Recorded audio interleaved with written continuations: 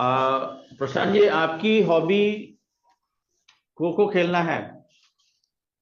Yes sir. अच्छा, इसी महीने में इंडिया ने खो खो में एक बहुत बड़ा अचीवमेंट हासिल किया है। Yes sir. बताइए। सर, इस बार पहली बार वर्ल्ड कप खो खो का था 2025 में, जो कि इंडिया में आयोजित हुआ था। उसमें इंडिया विजेता रहा है नेपाल को हराकर। महिला में या पुरुष में?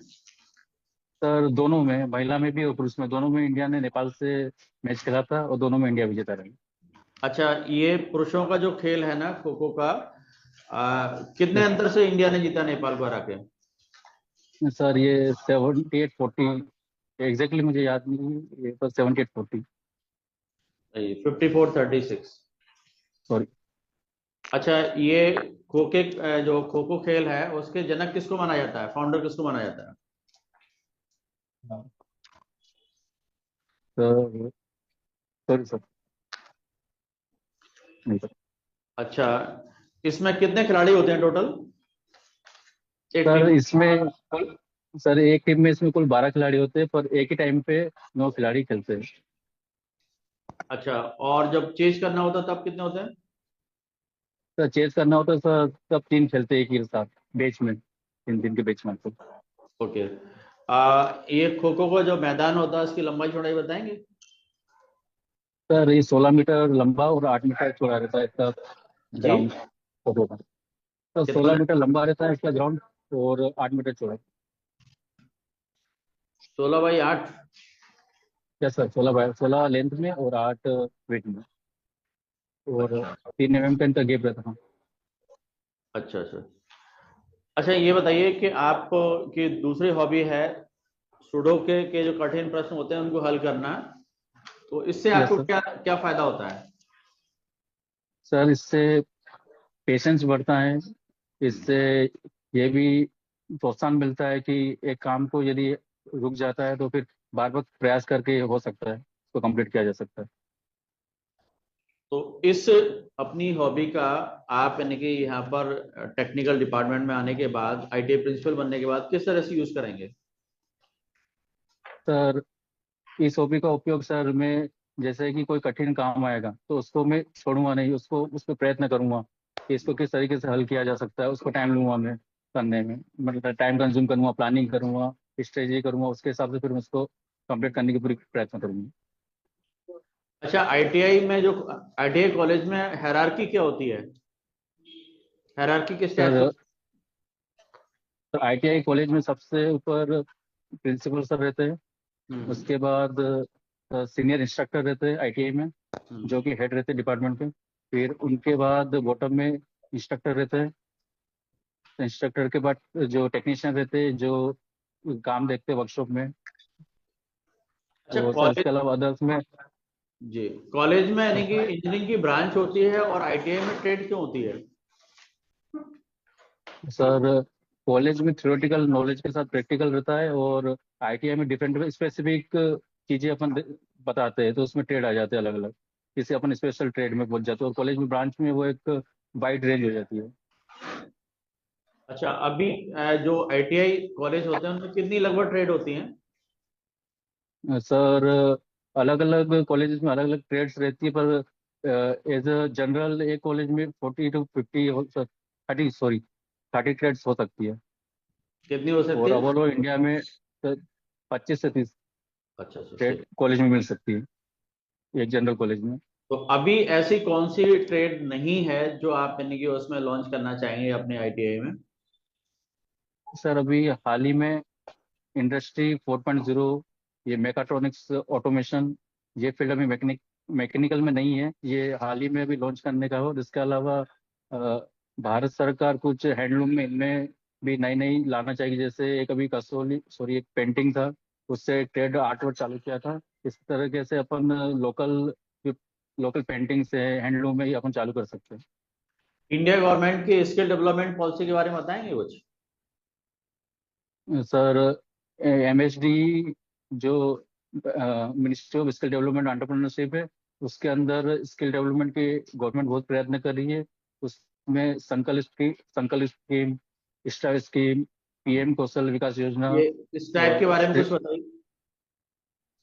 तो पीएम कौशल विकास योजना के अंतर्गत महिलाओं के लिए, महिला पुरुष के लिए 18, जो मिनिमम 18 साल है, 18 साल से ऊपर के, यदि जो ज़्यादा लिटरेट नहीं है, जैसे कि जिन्होंने कॉलेज छोड़ दिया है या स्कूल छोड़ दिया, ड्रॉप आउट, उनके लिए कुछ ऐसे कोर्स अपन ला सकते हैं जो उनको टेक्निक है, स्किल्स है, पर उनको अपन सर्टिफिकेट दे सकते हैं। तो सर्टिफिकेट देने के बाद उनका रिकॉग्नाइजेशन होगा, उससे उनको जॉब में भी फायदा होगा, ये विश्वकर्मा जिससे वो स्कीम इजीली जॉब क्या पा है? सकते विश्वकर्मा स्कीम क्या है? हैं। सॉरी सर, सर सॉरी, चलिए कोई आइडिया बात नहीं है। नहीं। अब नेक्स्ट क्वेश्चन सर आपसे पूछेंगे। Prashant ji, yes sir, good आप इवनिंग कौन सर। पा रहे हैं? आपने इंजीनियरिंग किया हुआ है 2017 में, कहाँ से किया हुआ है? Sir NIT. 2017 में सर मैंने एनआईटी कालीकट से किया है सर। ठीक है, साल का। अच्छा, ये मुझे ये बताइए, अपनी जो इंजीनियरिंग में जो इलेक्ट्रिकल में जो वोल्टेज होता है, वो यस हमेशा सर। जैसे 220 वोल्ट, 440 वोल्ट, 33 केवी, 11 केवी, 66 केवी, 132 केवी, 220 केवी, ये हमेशा 11 के गुणांक में ही क्यों रहता है? ये 220, जैसे ये भी 11 से डिवाइडेड है, 440 11 से है, 132 33 66 केवी, इस तरह से ये क्या रहता है, मतलब किस वजह से? सर सॉरी सर, इसका आइडिया नहीं है एक्चुअल। ठीक है, बता देता हूँ। एसी का फॉर्म फैक्टर होता है 1.1, 1.1 फॉर्म यस फैक्टर सर। होता है। जब हम तो किसी भी चीज को उससे गुणा करेंगे तो वो, समझ रहे हैं 11 ना, के 10 से मल्टीपल करेंगे, में, यस सर। 10 से करेंगे तो 11 होगा, 20 से करेंगे तो 220, 4 से करेंगे तो 4, समझ रहे हो ना, 30 से करेंगे तो 33, 6 से करेंगे तो 66। आप मुझे ये ओके बताइए, सर। ट्रांसफार्मर में क्या क्या लगा हुआ होता है? ट्रांसफार्मर के बारे में बताइए, किस सिद्धांत पे काम करता है, साथ ही उसमें कौन कौन से प्रोडक्ट्स सर हैं? ट्रांसफार्मर इलेक्ट्रोमैग्नेटिक इंडक्शन प्रिंसिपल पे वर्क करता है।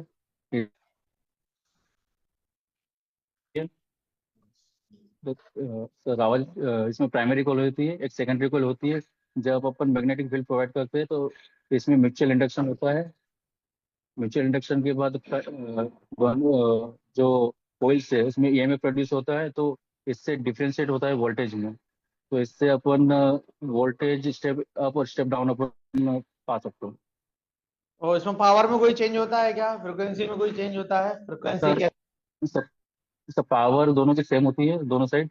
इसमें कोयल के जो कोयल का टर्न रहता है, अपन कोयल के टर्न से अपन डिफरेंट पावर वोल्टेज अपन प्राप्त कर सकते हैं। वोल्टेज इनपुट और आउटपुट में चेंजेस कर सकते हैं। कहाँ पे यूज करते हैं ट्रांसफार्मर? चलो सर। कहाँ पे यूज करते हैं हम ट्रांसफार्मर, कहाँ पे यूज करते हैं? ट्रांसफार्मर अपन जैसे कि कहीं सप्लाई अपन कहीं इंडस्ट्रीज में लेते हैं, वहाँ हाई वोल्टेज सप्लाई आता है। तो उससे यदि अपन डिस्ट्रीब्यूशन में या तो होम डोमेस्टिक यूजेज या कहीं इंडस्ट्रीज में किसी मशीन पे इसको लगाना है, तो वहाँ पे अपन को स्टेप डाउन करना पड़ता है, तो वहाँ अपन ट्रांसफार्मर का यूज कर सकते हैं। कितने केवी पे जनरेशन होता है सप्लाई का?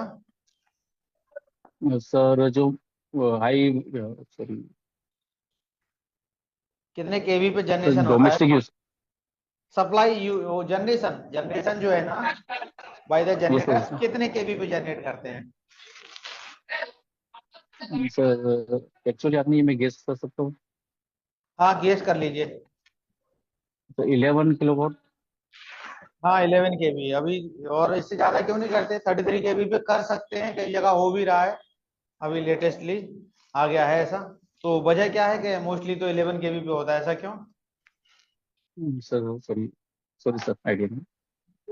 ठीक है, रेजिस्टेंस की वजह से, है ना। दूसरा आप मुझे ये बताइए कि उसमें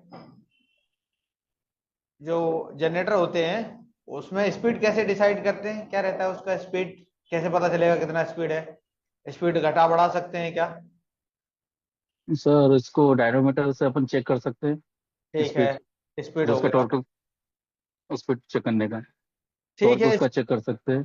ठीक है, इसके अलावा किसी मोटर की स्पीड या जनरेटर की स्पीड कैसे पता चलेगी, ये कितने स्पीड पे चल रहा है? कुछ आइडिया स्पीड सर एक का? टेकोमीटर आता है, एक टेकोमीटर आता है, उससे अपन स्पीड चेक कर सकते हैं, उसमें स्पीड आ जाता वो एक अलग है चीज है। डिजिटल। इसके अलावा जैसे कोई मोटर है, हमें कैसे पता चलेगा कि ये 200 आरपीएम की बनाना है या 2000 आरपीएम की या 3000 आरपीएम या 1500 या 1000? कैसे कैसे वो ठीक है, वो आपने बनने बनने के बाद है। हाँ यस सर। आप एक इलेक्ट्रिकल इंजीनियर हैं, आप जाते हैं कॉम्पिटेंट गेज में जिसमें कि मोटर बनाई जाती है, तो आप कैसे डिसाइड करेंगे कि मोटर किस स्पीड की चाहिए मुझे?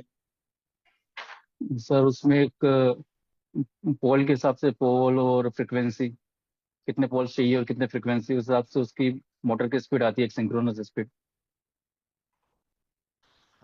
ठीक है। आप बताइए मोटर की रेटिंग किलोवाट में होती है या केवीए में, क्यों होती है? और सर सर इसकी केवीए में रहती है मोटर की सर। मोटर की रेटिंग सर राइट है। मोटर की रेटिंग हमेशा किलोवाट में होती है, ट्रांसफार्मर की केवीए में होती है, किलो वोल्ट एम्पियर, और वो होती है kilowatt ampere sir. Kilowatt kilowatt और ये किलोवाट एम्पियर ट्रांसफार्मर की और मोटर की किलोवाट में, sorry KVA kilo volt ampere. तो ऐसा क्या किलोवाट एम्पियर में। केवीए मोटर की किलोवाट में और ट्रांसफार्मर की केवीए में क्यों होती है?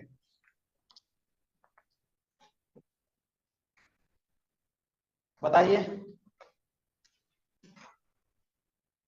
अच्छा ये बताइए, सर्किट ब्रेकर क्या होता है? सर सर्किट ब्रेकर जब जो करंट एक लिमिट से एग्जिट कर लेता है, तो सर्किट ब्रेकर उसको ब्रेक कर देता है करंट को सप्लाई होने में। तो उससे अपने जो इक्विपमेंट्स थे वो बच सकते हैं, सेफ्टी हो जाती है उससे सर्किट ब्रेकर। ठीक है। और आइसोलेटर क्या करता है? सर क्या सर, आवाज नहीं है। आइसोलेटर क्या करता है? आइसोलेटर देखा है? Isolator isolator isolator sir by definition isolate करता है, पर एग्जैक्ट रीजन नहीं पता सर। ऑन लोड पे काम करता है या ऑफ लोड पे काम करता है? Sir idea circuit breaker on load काम करता है या ऑफ लोड काम करता है? पहले सर बड़ा सर्किट ब्रेकर ऑन पहले क्या होता है? लोड। एसी डीसी में कोई अंतर है क्या, एसी सप्लाई और डीसी सप्लाई में? यस सर, ऐसी सप्लाई में जो फेज रहता है वो हर टाइम चेंज चेंज होता है, हर उसमें, और मतलब करंट रिवर्स भी होता है, और डीसी सप्लाई में कांस्टेंट रहता है करंट। ठीक है, सर पूछेंगे। तो Nishant ji, yes sir, wheel good evening alignment क्या होता है? Yes sir. व्हील अलाइनमेंट क्या होता है? सर जब व्हील ट्रैक पे चलते हैं तो दोनों उनका वेट में सब सेम होना चाहिए सर। ये थोड़ा सा डिफरेंस रहता है तो फोर्स अनबैलेंस हो जाता है, इसलिए अपन को व्हील अलाइनमेंट देखना पड़ता है, मतलब दोनों का वेट एक जैसा होना चाहिए और व्हील व्हील अलाइनमेंट के लिए। क्या होता है? व्हील व्हील बैलेंसिंग क्या होता है? सर व्हील बैलेंसिंग में अपन मास को चेक करते हैं कि जैसे दो व्हील है, दो मतलब दो डिस्क है व्हील की, तो वो एक जैसी है कि नहीं है, उसमें मास कहीं ऐसा तो नहीं अनडिस्ट्रीब्यूटेड मास है इनमें। बेसिक डिफरेंस क्या होता है दोनों में? व्हील अलाइनमेंट और बैलेंसिंग में बेसिक डिफरेंस क्या होता है? कैसे आप डिफरेंशिएट कर सकते हैं हेलो दोनों में? सर, व्हील अलाइनमेंट में इसके अलावा दोनों का जो गैप रहता है एक फिक्स गैप में होना चाहिए, तो जैसे व्हील डिस्क के दोनों, तो दोनों एक फिक्स डिस्टेंस पे होनी चाहिए व्हील अलाइनमेंट में। तो और उसमें कैम्बर, एक फिक्स, कैसा? कैम्बर पड़ा होगा आपने व्हील में? हाँ सर, कैंपर। सर वो कैम्बर। बेंड, हाँ सर, अनइवन जैसे कि जब प्रेशन होता है, प्रेशन होने जब प्रेशन करते हैं डिस्क को, तो डिस्क को प्रेशन करने के टाइम जब अनइक्वल प्रेशर होता है किसी पार्ट पे, जैसे कि उसमें कोई मास रहता है, तो उसमें एक प्रोफाइल बनती है, अनइक्वल डिस्ट्रीब्यूशन हो जाता है उसका मास का, तो वो कैंपर क्रिएट करता है, और मतलब टॉय। बेंड हो जाता है। Yes sir. ठीक है सर। प्रशांत जी, आप अभी rolling staff, locomotive rolling staff में है। Yes sir.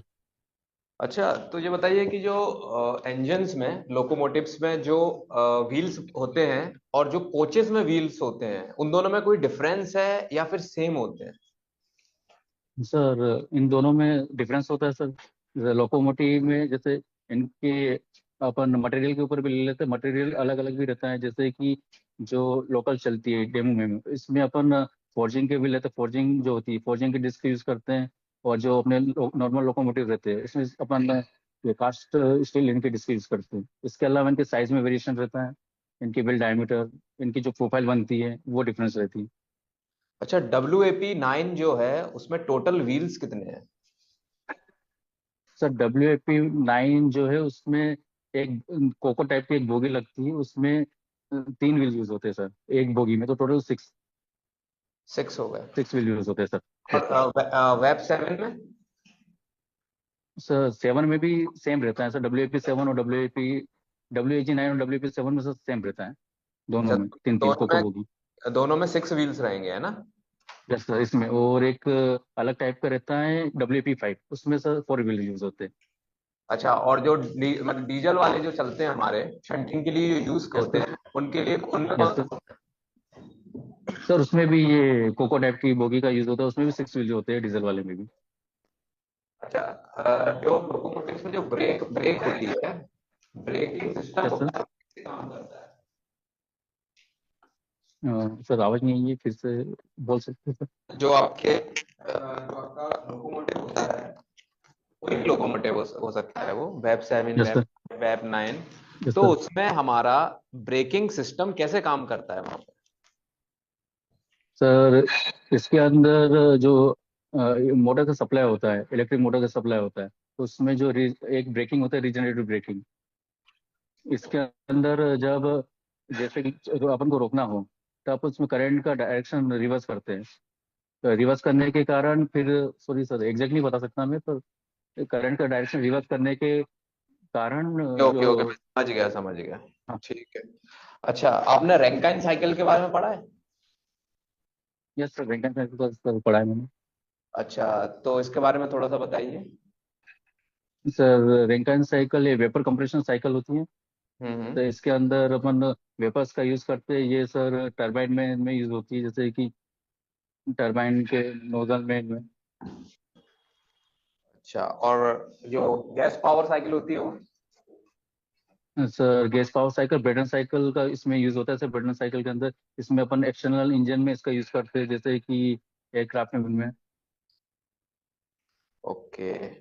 अच्छा, आप रेलवे में कब से हैं? करीब करीब आपको हो चुका है 2 ढाई साल। आप कितना टाइम हो चुका है अभी रेलवे में? सर सर रेलवे मेरे 4 साल हो गए सर, 2020 से मैं रेलवे में हूँ। अच्छा, 4 साल हो गए तो हाँ सर। आप अगर मान लीजिए, सपोज कीजिए, एक पूरी कोच खाली है और उसमें मैं यस सर। चाहता हूँ कि मैं अपना टिकट बुक कराऊं, तो एक कोच में, यस जो सर। अभी LHB कोच है, उसमें कितनी सीट्स होती है? सर एक कोच में ऐसे 72 सीट्स होती है। नहीं नहीं, जो इसमें स्लीपर में। एल एच बी कोच होता है, स्लीपर की बात कर रहा हूँ, उसमें कितनी सीट्स होती है? सर 80 सीट्स होती है उसमें, 6 LHB वाले में। ठीक है ठीक है। सर यस मैं सर। हाँ। चाहता हूँ, अगर वो पूरी ट्रेन खाली है, पूरी ट्रेन खाली है, और मैं अपना टिकट यस बुक सर। कराना चाहता हूँ, तो मुझे कौन सी सीट अलॉट होगी मुझे? सर रेलवे में सबसे पहले सर की जो लोअर बर्थ होती है वो सबसे पहले सीनियर सिटीजन के लिए। नहीं, आप तो मुझे सीधे सीट नंबर बताइए कि पूरा कोच खाली है, पूरा कोच खाली है और मैंने ट्रेन में अपना टिकट कराया, तो मुझे कौन सी सीट मिलेगी? मैं पहला पहला कैंडिडेट हूँ, पहला ही पर्सन हूँ मैं जो बुक कराऊंगा उस ट्रेन में, तो मुझे कौन सी सीट मिलेगी एक स्लीपर कोच में? Sir upper berth. Upper berth मिलेगी मुझे? मतलब कि 3 नंबर सीट मिलेगी, आप ये कहना चाहते हैं मुझसे कि एक यस दो सर। तीन है ना? यस अच्छा। सर। अच्छा, आपने बताया कि आपको सुडोकू काफी पसंद है, आप खेलते हैं, आपने सर ने यस सर। पूछा तो आपने उसका बताया एप्लीकेशंस आपकी लाइफ में क्या है। तो इसमें एक yes naked sir. Player strategy होती है, तो क्या होती यस है? Sir.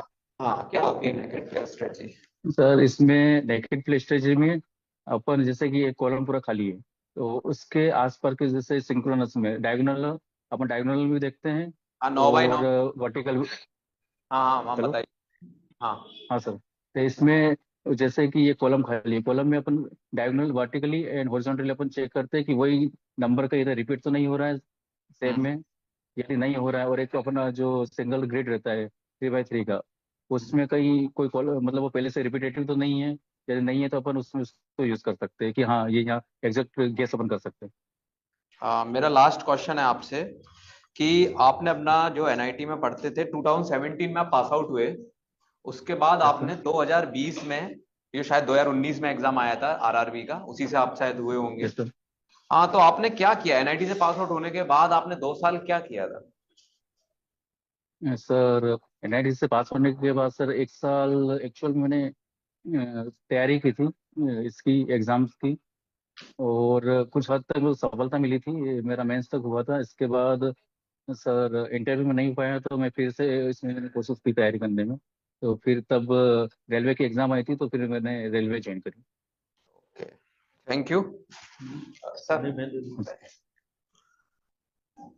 Prashant ji, yes sir. आपका ठीक है ना?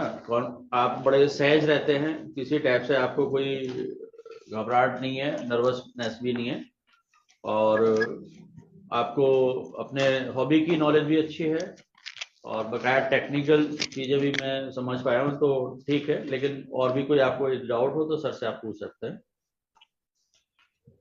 सर इलेक्ट्रिकल का भी एकदम मेरा रिवाइज नहीं हुआ है, जैसे मैकेनिकल और इलेक्ट्रिकल जो सर ने क्वेश्चन पूछे जी जी। थोड़े, उसमें उसमें मैं अभी घुस नहीं पाया था। थोड़ा मैंने अभी प्रिपरेशन नहीं हो पाई इलेक्ट्रिकल की, थोड़ी इलेक्ट्रिकल इक्विपमेंट्स। आप सर्विस में तो थोड़ा टाइम भी कम मिल पाता है, थोड़ी सी चीजें रहती हैं, पर थोड़ा टेक्निकल को आप थोड़ा अच्छा कीजिए।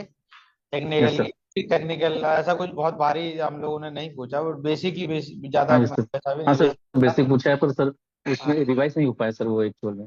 ठीक है, कोई बात तो नहीं। प्रशांत जी, एक जवाब मेरे को देना है। आपसे मैंने पूछा था ना कि कोच में कौन सा भरा जाएगा, तो ये आपसे पूछा हाँ जाएगा। सर आपने आपसे पूछा जाएगा ये क्वेश्चन, अगर के शर्मा जी के बोर्ड में होंगे आपसे क्वेश्चन पूछा जाएगा। ये हर रेलवे वालों से ओके उनका सर। प्रथा बन गई है। तो इसमें हाँ सबसे पहले जो सीट भरी जाएगी वो होगी 39 या 40, सर। क्योंकि इंजन जो डिब्बा होता है उसका सेंटर ऑफ मास से भरता है वो। सबसे पहली जो सीट होगी वो सबसे सेंटर वाली होगी, ऐसे करते करते लास्ट तक जाएगी। ठीक है, तो आप इस चीज का याद कीजिए। ठीक है, ओके सर, 1 2 3 भी दी ओके सर। जाती है, ये सेंटर से भरती है ट्रेन। ठीक हाँ है, ओके, हाँ सेंटर ऑफ मास मेंटेन रहे उसका। ओके, ओके ठीक सर। है। Thank you, all the best.